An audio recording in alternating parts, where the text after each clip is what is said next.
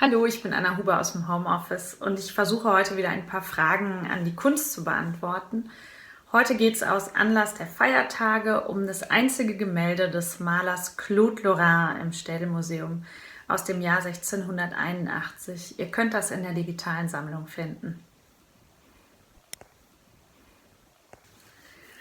Claude Lorrain gilt als einer der bedeutendsten Landschaftsmaler in der europäischen Geschichte. Und seine Gemälde, die kommunizieren mit uns viel weniger über die Gesten oder Bewegungen der Figuren und viel mehr über die Landschaften.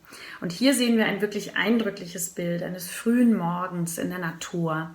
Das helle, gleißende Licht der aufgehenden Sonne, links und rechts gerahmt durch den Hügel und die hohen Bäume, diese wunderbare Aussicht über die Stadt bis in die Ferne ans Meer. Lässt man sich auf das Bild ein, so kann man sich den Geruch von noch feuchter Erde vorstellen, die morgendliche Stille. Und man sieht dann vielleicht auch den gemalten Windhauch, der durch die Gewänder der kleinen Figuren geht, durch den Baumwipfel rechts und der den letzten grauen Wolkenfetzen am Himmel zu vertreiben scheint.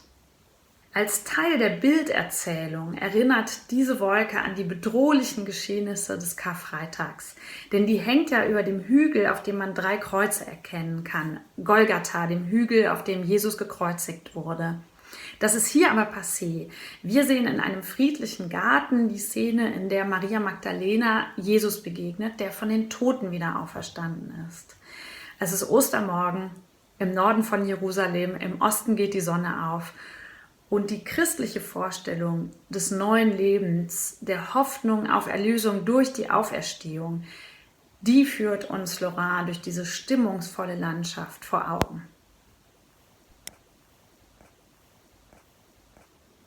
Das hat schon fast was Absurdes an sich, Christus als Gärtner. Das findet man aber in Gemälden des 15. bis 17. Jahrhunderts recht häufig.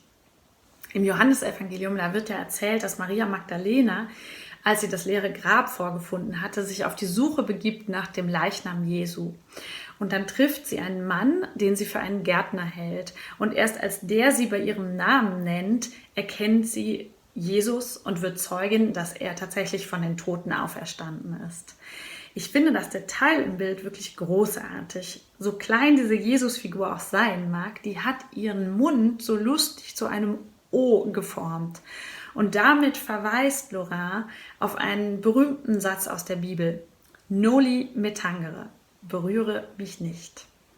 Das ist ein Schlüsselmoment der christlichen Glaubenslehre.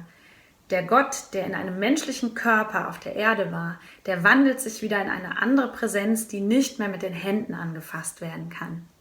Ich glaube ja, dass die Maler diese Szene des Noli me tangere auch deswegen so häufig und gern dargestellt haben, weil sie indirekt auch eine Lanze für die Malerei bricht.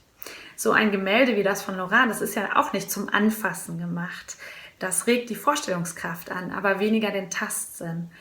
Und wir berühren den auferstandenen Jesus hier nur mit den Augen.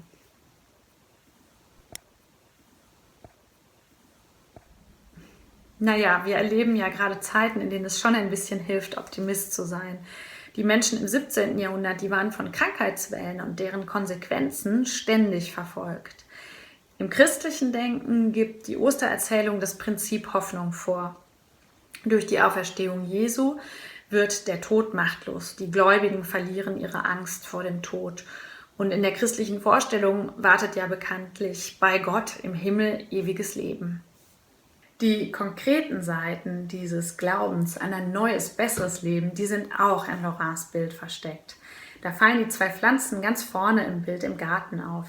Die sind so typisch für Lorrain, bewusst ins Bild gesetzt, als Wiederholung oder Pendant zu den 2 Frauen, die Maria Magdalena ans Grab begleitet haben. Welche Pflanzen Lorrain da darstellen wollte, das ist nicht so ganz einfach zu sagen. Es könnte aber der gute Heinrich sein. Eine Heilpflanze, die jahrtausende lang eine wichtige Nahrungs- und Arzneigrundlage war. Und der alte Name vom guten Heinrich ist auch Allgut. Und so sagt uns Lorrains Bild durch die Blume: Alles wird gut.